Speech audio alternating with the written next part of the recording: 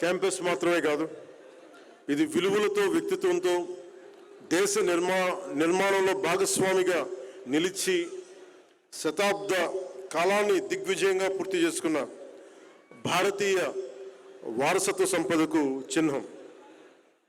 1926లో ఉన్నతమైన విద్యను అందించాలని గొప్ప సంకల్పంతో మేధస్సు, సంస్కృతి, దేశ నిర్మాణం అనే 3 స్తంభాలపై ఆంధ్ర విశ్వవిద్యాలయం ఏర్పడింది.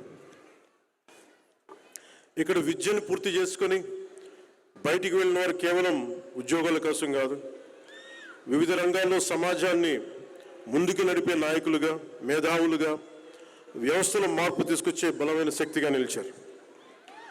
అలాంటి భవిష్యత్తుకి మీరు కూడా అడుగులేస్తూ ఉన్నారు. దేశ నిర్మాణం, సమాజ నిర్మాణం, దేశ ప్రగతికి తోడ్పడే మీ ముందు తరాలు ఎలా చేశారో మీరు కూడా దానికి సంసిద్ధం అవుతున్నారు. ఆంధ్ర విశ్వవిద్యాలయం శతాబ్ద కాలం పూర్తి చేసుకున్న సందర్భంగా ఈరోజు మనం ఈ స్థాయిలో ఆంధ్ర విశ్వవిద్యాలయాన్ని చూడగలుగుతున్నాం. ఇంతమంది విద్యార్థులు విద్యను పూర్తి చేసుకున్నారంటే ఈ మహోన్నత స్థాయికి కారణమైన మహనీయులు, ఈ విశ్వవిద్యాలయానికి పునాది వేసిన డాక్టర్ కట్టమంచి రామలింగారెడ్డి సిఆర్ రెడ్డి గారికి, ఈ ఆలోచనకి విలువైన సహకారం అందించిన మాజీ ఉపరాష్ట్రపతి డాక్టర్ సర్వేపల్లి రాధాకృష్ణన్ గారికి, వైజ్ఞానిక రంగంలో రామన్ ఎఫెక్ట్ ద్వారా నోబెల్ పురస్కారాన్ని అందుకున్న సార్ సివి రామన్ గారికి మనస్ఫూర్తిగా నమస్సుమాంజలు తెలుపుతున్నాను. మీరు చప్పట్లు కొడుతుంటే మనం నిజంగా ఎవరికి చప్పట్లు కొట్టాలి? రాధాకృష్ణన్ గారికి, సివి రామన్ గారికి, డాక్టర్ సిఆర్ రెడ్డి గారికి. మనం హీరోలకి వీళ్ళకి చప్పట్లు కొడతాం, కానీ ఎవరి త్యాగాల మీద, ఎవరి వైజ్ఞానిక జ్ఞానంతో, ఎవరైతే మేధోశక్తితోటి దేశాన్ని నడిపిస్తారో నిజమైన నివాళులు కానీ, నిజమైన స్పందన కానీ వాళ్ళకే అర్పించాలి. మీరందరూ ప్రేమతో నాకు చప్పట్లు కొట్టినా ఆ చప్పట్లని ఆ మహనీయులకే నేను వారి పాదాల చెంతను వదిలేస్తున్నాను. నేను ఎందుకు యూనివర్సిటీస్కి ఇవన్నీ రానంటే, ఎందుకంటే నాకు అర్హత లేదని తెలుసు నాకు. ఎందుకంటే నేను మేధస్సుతోటి పోటీ పడలేను నేను. ఎందుకంటే మనుషుల్ని కదిలించగలిగేది, సమాజాన్ని ముందుకు నడిపించేది అలాంటి మహానుభావులు, ఇలాంటి వ్యవస్థని మనం ప్రతిష్ఠిస్తే అలాంటి వ్యవస్థకి అతిథిగా రావాలంటే కూడా నాకు అర్హత ఉందా అనుకుంటాం. కానీ నాకు అర్హత ఉందో లేదో ఇవన్నీ పక్కన పెడితే మీరు ప్రేమతో పిలిచారు, అందుకుని వచ్చాను. మీరు నిష్పక్షపాతంగా నా మనసులో ఉన్న అభిప్రాయం చెప్పమంటే, ఇలాంటి విశ్వవిద్యాలయాలకు వచ్చి, అలాంటి మహానుభావులు నడిపిన విశ్వవిద్యాలయాలకు వచ్చి నేను ఇలాంటివి చెప్పడం నిజంగా నాకు ఇష్టం లేదు. కానీ ప్రేమ అంటే ఒకసారి మీతో పంచుకుంటే ఇది తెలుస్తుంది మీకు. ఒకసారి నేను ఎందుకు చెప్పడానికి వచ్చానంటే, చప్పట్లు కొట్టాల్సింది నాకు కాదు, మహానుభావులు చప్పట్లు కొట్టాను చెప్పడానికైనా ఇలాంటి సందర్భాన్ని వాడుకోవచ్చు. ఆంధ్ర విశ్వవిద్యాలయం శతాబ్ద కాలం ఈ ఆంధ్ర విశ్వకళా పరిషత్లో చదివిన ఎంతోమంది చరిత్రలో నిలిచారు. ఇదే విశ్వవిద్యాలయంలో విద్యాభ్యాసం చేసిన ఉపరాష్ట్రపతి గారు ఉన్నారు.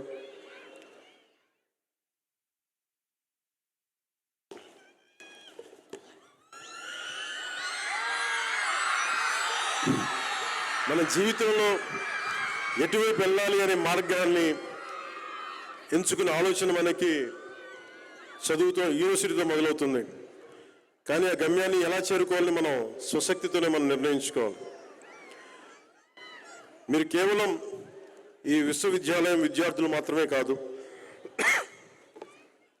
మీరు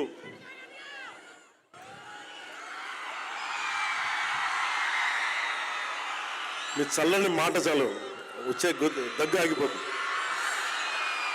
మీరు కేవలం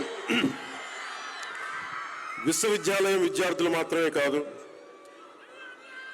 మీరు ఈ విశ్వవిద్యాలయం భవిష్యత్తు. ఇక్కడ గడిపే సంవత్సరాల్లో మీ జీవితంలో ముఖ్యమైన క్షణాలు, మీ ఆలోచనలు తీర్చిదిద్దే అద్భుతమైన క్షణాలు. దేశ భవిష్యత్తుకు మీరే నావికులు. మీ విలువల్ని నిర్మించే క్షణాలు, మీ దిశని నిర్ణయించే క్షణాలు ఇవి.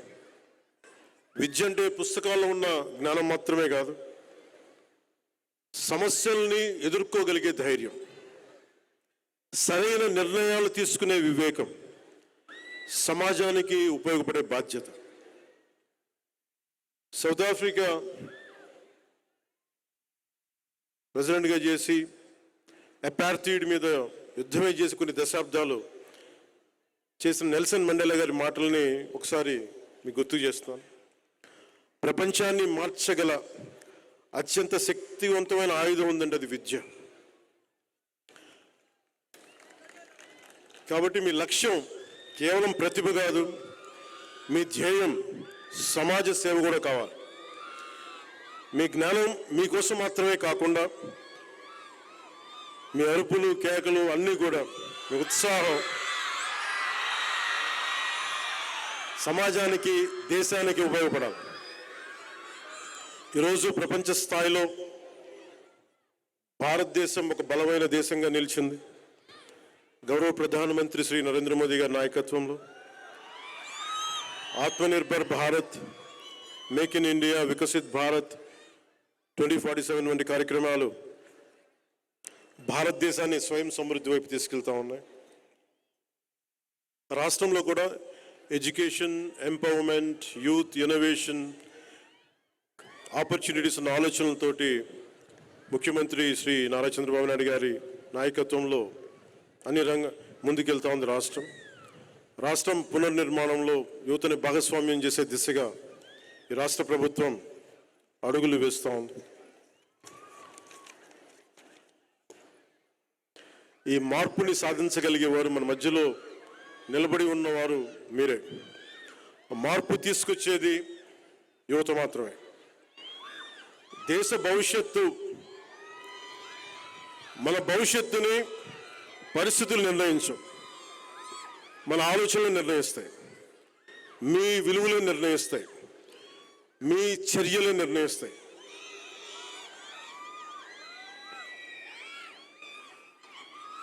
మీ విజ్ఞానం, మీ ఆలోచనలు ఇవన్నీ కూడా ఒక పరిష్కార మార్గాలుగా రూపాంతరం చెందాలి.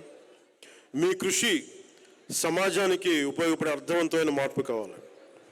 Your knowledge must translate into innovation, your ideals into solutions, your efforts into meaningful change that will benefit our larger society and our country. Dream with conviction, work with dedication, lead with integrity.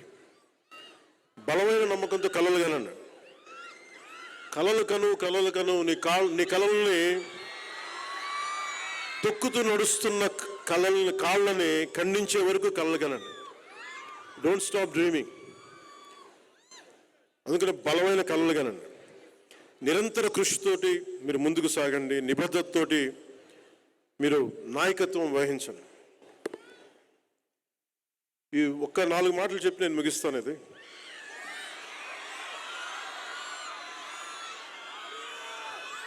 నేను పాలిటిక్స్కి నేను మెయిన్గా రావడానికి ఒకటి నన్ను తీసుకొచ్చింది, భావితరం. ఎందుకంటే చరిత్ర చదువుకుంటున్నప్పుడల్లా చాలాసార్లు నేను భగత్ సింగ్ త్యాగం గురించి చెప్తా ఉంటాను. అతని ఫిలాసఫీ కానీ, ఒక భగత్ సింగే కాదు, ఎవరో ఎంతోమంది మహానుభావులు చిన్న వయసులో చనిపోతే వాళ్ళ చావులు దేనికి వచ్చినాయి, ఎందుకు చనిపోయారు, ఏ త్యాగాల కోసం చనిపోయారు,